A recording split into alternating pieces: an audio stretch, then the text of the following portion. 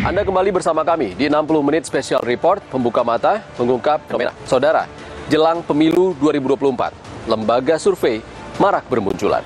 Tak jarang, lembaga survei yang patut dipertanyakan kredibilitasnya justru dimanfaatkan sejumlah kandidat sebagai jalan pintas untuk meningkatkan elektabilitas jelang pemilu. Lalu, apa dampak lembaga survei terhadap masyarakat? Berikut penelusurannya.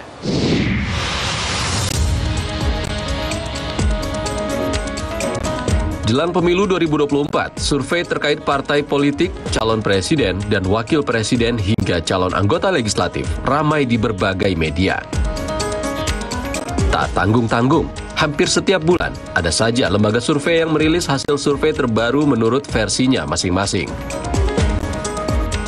Sayangnya, tak semua lembaga survei memiliki kredibilitas. Akibatnya, publik pun berisiko terpapar informasi bias, bahkan penuh manipulasi.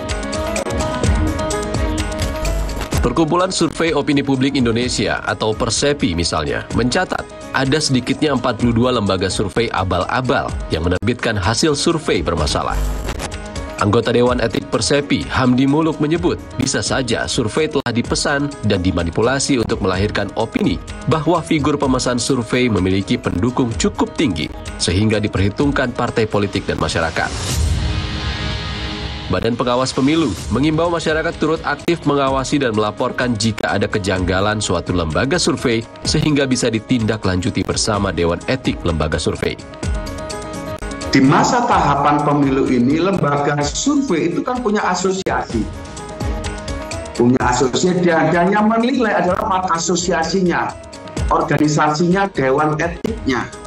Nah, kita nanti Bawaslu akan menerima laporan, temuan, kalau ada survei yang abal-abal, silakan masyarakat melaporkan ke Bawaslu.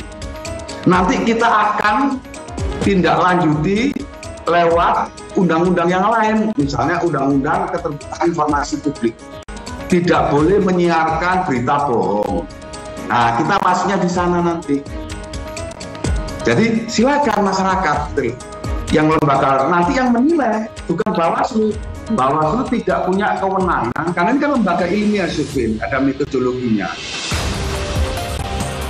Komisi Pemilihan Umum Republik Indonesia telah menerbitkan peraturan KPU nomor 9 tahun 2022 tentang partisipasi masyarakat jelang pemilu 2024. KPU mewajibkan lembaga survei, jejak pendapat, dan hitung cepat melaporkan sumber dananya paling lambat 15 hari setelah pengumpulan hasil survei, jajak pendapat maupun hitung cepat. Selain pendanaan, lembaga survei juga wajib melaporkan status badan hukum, keterangan terdaftar sebagai lembaga survei, metodologi yang digunakan, dan jumlah responden beserta lampiran unit sampel.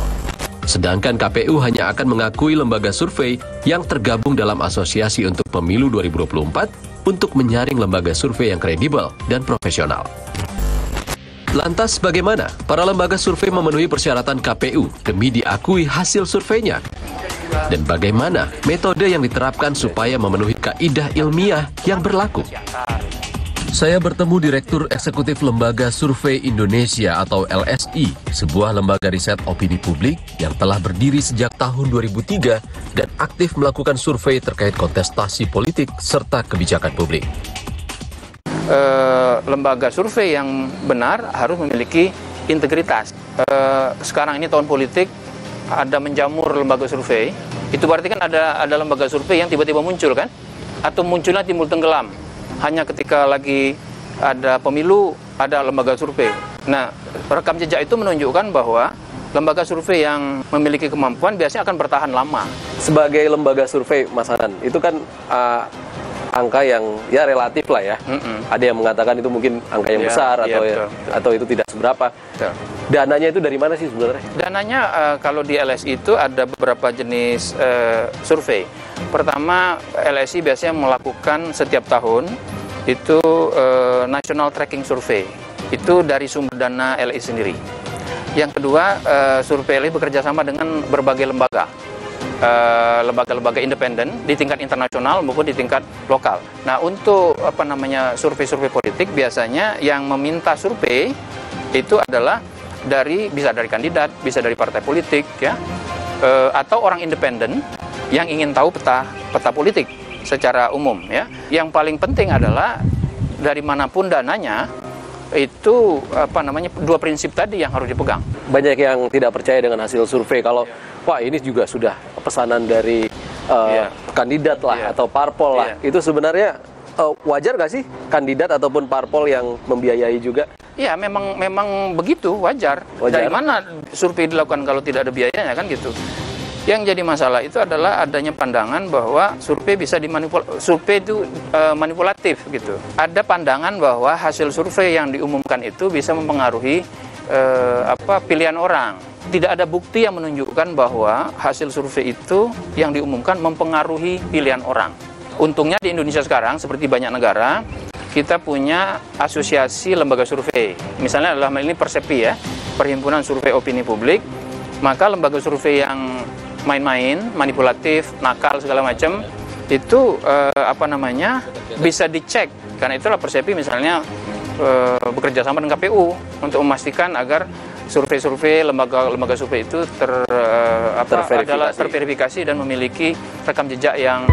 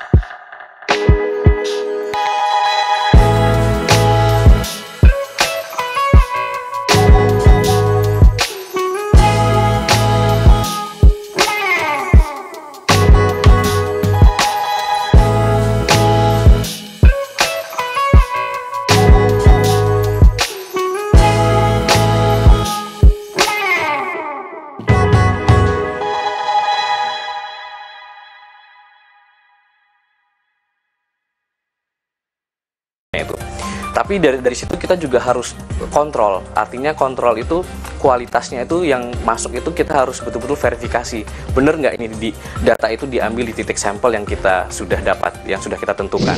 Saudara, praktik pemesanan lembaga survei sebagai konsultan politik bermunculan jelang pemilu 2024. Tetaplah bersama kami. 60 menit special report segera kembali. Tidak ada kerangka hukum undang-undang yang bisa kita pakai untuk mempidanakan gitu loh. Tidak ada payung hukum.